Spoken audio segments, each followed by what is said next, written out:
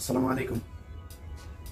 মিথ্যা কথাকে যদি ধরেন একটা শিল্প মনে করা হয়, তাহলে সেই শিল্পের অত্যন্ত নিখুঁত একজন শিল্পী হচ্ছে এই শেখ হাসিনা। তার মিথ্যা কথার সাথে সাথে ইদানিং সে বোধহয় এই নায়ক নায়িকাদের যেখানে প্র্যাকটিস হয়, আপনার প্রশিক্ষণ হয়, ওইখান থেকে সে অভিনয় এগুলো শিখছেন। 2-3 দিন আগে ভিডিওতে দেখলাম সে বক্তব্য দিতে গেলে, কয়দিন ধরে বক্তব্য দিতে গেলেই সে কান্না করে, তার কান্না চলে আসে, হ্যাঁ, গলা কাঁপায়। তো এটা অভিনয় শিল্পীদের একটা দক্ষতা, গলা কাঁপায় তারপরে বোঝানো যে আপনাদের কান্নার অভিনয়, তার কান্না আসছে। কিন্তু কান্না কেন আসে? এই যে এতগুলো নিরীহ নিষ্পাপ মানুষ মরে গেল, নিরীহ নিষ্পাপ মানুষ কারা কারা, সে এই পর্যন্ত যাদের যাদের নাম বলেছে, তার মধ্যে ধরেন ওই পুলিশের লোকজন মারা গিয়েছে, তারপরে ছাত্রলীগের লোকজন মারা গিয়েছে, তার মুখ থেকে একবারও আবু সাইদ যে একটা নিরস্ত্র একটা মানুষ দাঁড়ায় রয়েছে তাকে গুলি করে মারলো, এটা তার মুখ দিয়ে একবারও আসে নাই। তার মুখ থেকে এসেছে এইসব লোকজনের নাম, আরো সন্ত্রাসী যারা যারা মারা গিয়েছে তাদের নাম এসছে। সে হচ্ছে সন্ত্রাসীদের মা। এখন যেই চিপার মধ্যে সে পড়েছে, দেখেন সে কালকের বক্তব্য দেখলাম, বলছে যে জাতিসংঘের কাছে সে বিচার চায়, তদন্ত চায়। নির্বাচনের সময় কোন দেশ টেশ আমাদের দরকার নাই, জাতিসংঘের দরকার নাই, আমরাই যথেষ্ট এই দেশে নির্বাচন করতে। এমন বিচার চাও কেন? এখন জাতিসংঘের তদন্ত চাও, জাতিসংঘ তুমি চাইলেও তদন্ত করবে, তুমি না চাইলেও তদন্ত করবে।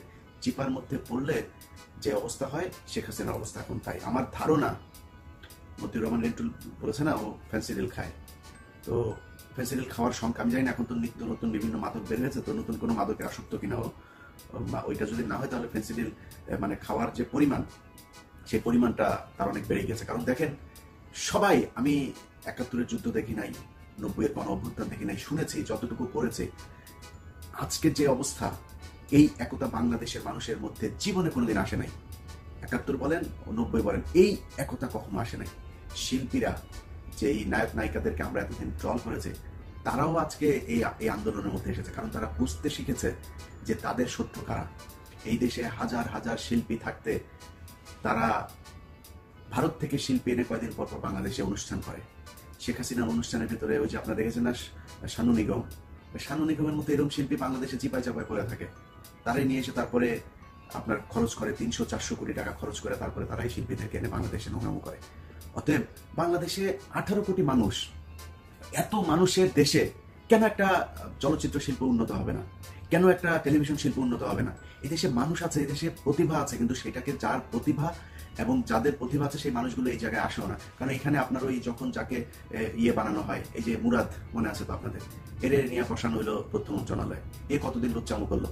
হাসানুল হক ইনু, এই কদিন লুচ্চামো করলো। এখন নতুন আরেক লুচ্চা, আপনার এই যে কি বলে, শমী কায়সারের 6 নম্বর পরিত্যক্ত স্বামী মোহাম্মদ আলী আরাফাত, তাকে এনে বসানো হয়েছে, সে কয়দিন লুচ্চামো করবে। সো এটাকে একটা পতিতালয় বানানো হয়েছে, রেদার দেন আপনার এই মিডিয়া কিংবা যাই বলেন এটাকে। সো তারাও বুঝতে শিখেছে। আজকে দেখলাম যে মোশাররফ করিম, সে বক্তব্য দিচ্ছে যে ঘরে বসে থাকার সময় নেই। দেয়ালে সবারই পিঠ থেকে গেছে। শিক্ষকরা, যে শিক্ষকরা এতদিন আমরা নানান ধরনের মানে কথাবার্তা বলেছি তাদেরকে নিয়ে, চা সমচা, ডক্টর মিজানুরের মতো লুচ্চা, এদের এই বদমাইশদেরকে দেখে আমরা শিক্ষক সমাজকে জাজ করেছি। আজকে দেখেন সেই শিক্ষকরা তাদের মানে বিবেকের তাড়নায় রাস্তায় নেমে এসেছে। এখন এগুলো দেখলে শেখ হাসিনা কিন্তু মানে মানসিকভাবে ঠিক থাকবে না, কিন্তু ও স্বাভাবিক সঠিক কোনো পথে ও হাঁটবে না। ও একটা ধ্বংসাত্মক, রক্ত দেখলে ওর ভাত খেতে ইচ্ছা করে বেশি। মতিউর রহমান রিন্টুর লেখা থেকে বলছি, ও সেদিন ভাত বেশি খায়, কারো মৃত্যুর খবর শুনলেও ভাত বেশি খায়। সো ওর রক্ত ভালো লাগে, যে কারণে ও একটা ভয়ঙ্কর খেলা খেলতে পারে। আমার মনে হচ্ছে, কেন জানি না, আই মাইট রং, কিন্তু সে যেটা করতে পারে, এই মুহূর্তে একটা বড় ধরনের ঘটনা ঘটাইতে পারে। হতে পারে সেটা ধরেন বিশাল বড় একটা অগ্নিকাণ্ডের ঘটনা ঘটাইলো, সেখানে 400-500 মানুষ মারা গেল। হতে পারে একটা আওয়ামী লীগের কোন একটা মিছিলের ভেতরেই একটা বিশাল বড় একটা বোমাবাজির ঘটনা ঘটাইলো, সেখানে আওয়ামী লীগের লোকই মারা গেল, মনে করেন 200-400-1000। কিংবা ধরেন সিরিজ একটা, যেই এর আগে রয়ের যে নাটক, আপনার বাংলা ভাই সহ উদিচ্ছি যে নাটক র করেছে, সেই র দ্বারাই তো সে পরিচালিত। তারা সারা দেশব্যাপী বোমা টোমা এইসব একটা নাটক তৈরি করলো, করে সব মানুষকে আন্তর্জাতিক যে অ্যাটেনশন সেটা তারা নিয়ে যাবে ওইদিকে। কারণ শেখ হাসিনার এখন বিপদ ঘরে এবং বাইরে সব জায়গায়। এই যে এখন জামাত ইসলামীকে নিয়ে লেগেছে, কেন লেগেছে জানেন? কারণ শেখ হাসিনা এইটাকে র্যাপ আপ করতে চাচ্ছে ইসলামী একটা তকমা দিয়ে, যাতে বিদেশকে বোঝানো যায় যে এই যে জামাত ইসলামী এটা ঘটিয়েছে এবং জামাত ইসলামের বিরুদ্ধেই আজকে আমরা এই জন্য লেগেছি। বিএনপির কথা কিন্তু সে ওইভাবে বলছে না। আবার বিএনপিও দেখেন চুপ করে বসে আছে। এর মধ্যেই দলের মহাসচিব নাস্তিক আলমগীর, এই ইন্ডিয়ান আলমগীর, ফখরুল ইসলাম আলমগীর, ইন্ডিয়ান আলমগীর হঠাৎ করে বলে ফেললেন যে জামাতকে কি করছে না করছে আমাদের দেখার দরকার নেই, জামাত তোমাকে কি করেছে। এর আগে যতগুলো আন্দোলন, এই আন্দোলনের পরে বিএনপির সিদ্ধান্ত কি? বিএনপির সিদ্ধান্ত হচ্ছে জামাতকে ছাড়তে হবে, জামাতের সাথে থাকা যাবে না।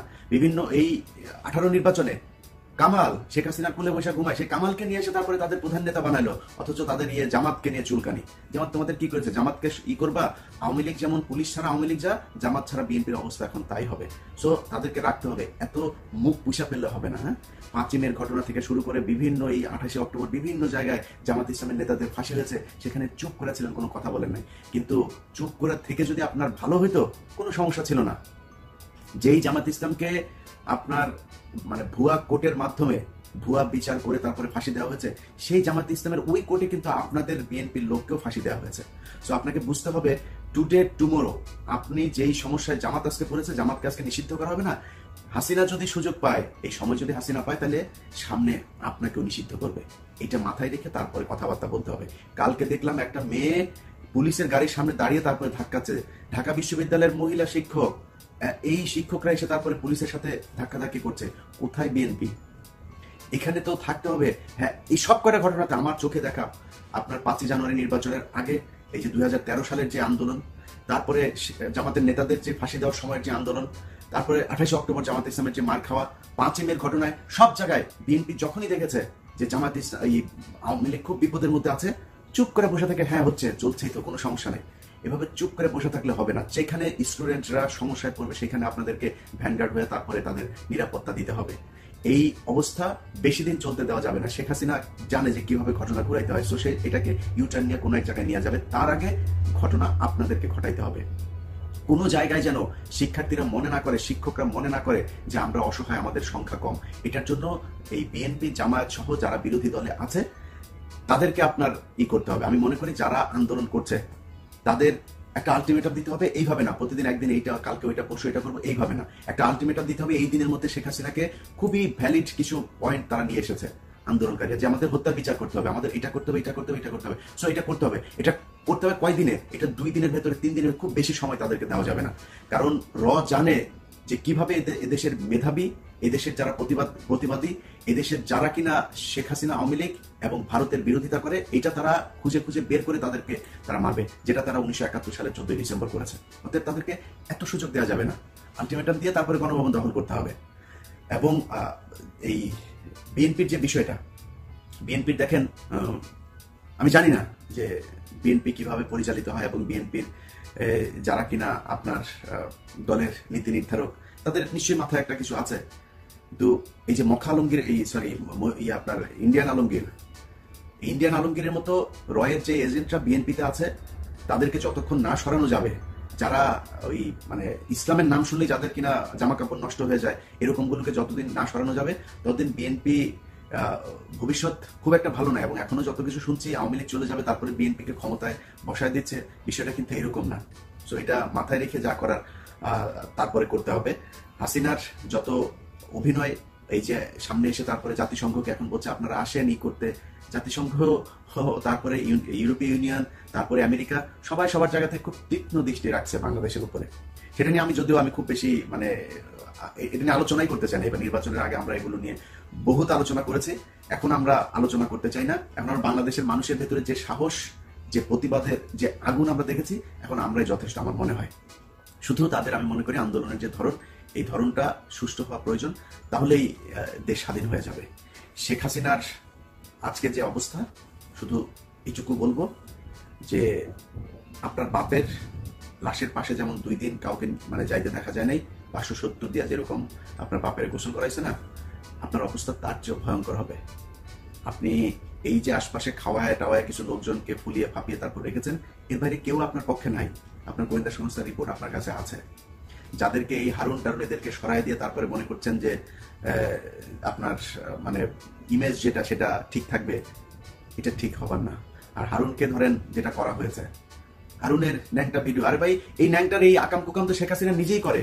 মিনাল কান্তির সাথে মতিউর রহমান রেন্টুর যেই ইতিহাস উনি লিখে গিয়েছেন, পারিবারিক ভাবে যে শেখ রেহেনা তার মানে বয়ফ্রেন্ড আছে, এখন সে আপনার গণভবনে 3 কোটি টাকা বেতন দিয়া তারপরে তাকে রেখে দিয়েছে, সম্ভবত শফিকুল বা কিছু একটা এরকম টাইপের তার নাম। তো এটা তো তাদের মানে মানে কি বলবো যে এটা প্রফেশন, এটা ওরা এটাতে অভ্যস্ত। শেখ হাসিনার আশপাশে যতগুলো আছে, ওবায়দুল কাদের, মানে জীবন যৌবন তো সব শেষ, তারপরেও তার এখন মানে ওই ইয়ে ইন্ডিয়া থেকে ঋতুপর্ণের আইনাও তারপরে রাত কাটায়। সো এই এদের এগুলি কোনো অপরাধ না, এগুলি কোনো সমস্যাও না, এগুলি দিয়ে শেখ হাসিনা নিজেরা বাঁচাইতে যাচ্ছে। এটা ওদের দলের সবাই করে, এটা নতুন কোনো কিছু না। সো এবং হারুনকে যে নিয়ে যে খুব বিশাল আকারে পানিশমেন্ট দিয়েছে, এটা মনে করার কোনো কারণ নেই। তার অধীনে এখন ঢাকা শহরের সবগুলো থানা, সেই ক্রাইমের এখন যেই পজিশনে তার থাকার কথা, তার তো এখন মানে বরখাস্ত হওয়ার কথা, সেখানে না গিয়ে তারপরে সে তার চাইতে, এটা বলবো আমি যে মানে প্রমোশন বদলি। সো এগুলি কোনো বিষয় না, কিন্তু আপনার আশপাশে যারা এখন খুব দেখাচ্ছে যে আছে, তারাও কিন্তু নাই। আপনার সাথে যে থাকবে সময় গেলে, এটা মনে করার কোনো কারণ নাই, কারণ এখানে কোনো আদর্শ নেই, এখানে সবকিছুই লুটপাট আর নিজের স্বার্থের ব্যাপার। তো তারা একটা সময় গিয়ে থাকবে না। পুলিশের যারা যারা, প্রশাসনের যারা যারা আজকে তাদের পক্ষে আছেন, হারুনের দিকে তাকান। হ্যাঁ, এগুলি সব আল্লাহই করে। পরিস্থিতি কখন আপনার জীবনের কোন দিকে নিয়ে যাবে, বেনজিরের দিকে তাকায় দেখেন। সো এত অসভ্যতা, এত নির্মমতা, হত্যা, খুন, ধ্বংসযজ্ঞ চালিয়ে আপনি শান্তিতে থাকবেন, অবসরে যে তারপরে কোটি কোটি টাকা গুছাই নিয়ে তারপরে এমপি হয়ে যাবেন, সবার কপালে সেটা জুটবে না, এটা মাথায় রাখতে হবে। সো শেষ করবো শুধু এইটুকু বলেই যে বাংলাদেশের প্রবাসী ভাইরা, রেমিটেন্স আল্লাহর ওয়াস্তে দেশে যারা আছে তাদেরকে বলেন ধার দেনা করে চলবে। কারণ আপনি তো বিদেশ থাকেন, আপনার বাবা মা আরেকজনের কাছে ধার চাইলে দিবে, কারণ জানে যে টাকা আসবে 2 দিন পরে। 6টা মাস একটা টাকাও পাঠায় না, একদম সিঙ্গেল ডলার আপনি বিদেশ থেকে পাঠায় না। প্লিজ আপনাদের কাছে অনুরোধ। আওয়ামী লীগের লোকজন কিন্তু এই যে নানান ধরনের গুজব ছড়ায়, তারা ফেসবুকে দিচ্ছে যে সৌদি আরব থেকে একদল লোক, তারা বলছে প্রবাসীরা পাঠাবে। এই ভিডিও আরো প্রায় 6 মাস আগে, তারা সেটাকে এখন এনে দেখাচ্ছে, আর প্রচুর ইয়ে যাচ্ছে, আপনাদেরকে বিভ্রান্ত করার চেষ্টা করছে। সো টাকা পাঠাবেন না, এই ডলার সংকটে রিজার্ভ অলরেডি লাল বাতি জ্বলছে। সো বেশি না, 2টা মাস একটু প্লিজ কষ্ট করেন, পরিবারকে বলেন কষ্ট করে চলতে, তারপরে টাকা পাঠাবেন। এখন এই প্রতিটা টাকাই যে বেতন দিবে, এখন 1 তারিখ চলে আসছে, বেতন দিবে। তো আপনি যে টাকাটা পাঠাবেন, আপনার টাকা দিয়ে রাবার বুলেট, গুলি, টিয়ার শেল এগুলো কিনবে কিনা, আপনার সন্তানকে মারবে। আপনার ব্যাংকে যে টাকা জমা রেখেছেন, সেই টাকা দিয়ে এই পুলিশকে, এই আর্মিকে, এই সেনাবাহিনী, তারপরে বিজিবি এদেরকে বেতন দিবে। সো তাদেরকে এই সুযোগ করে দিবেন না প্লিজ। আল্লাহ হাফেজ।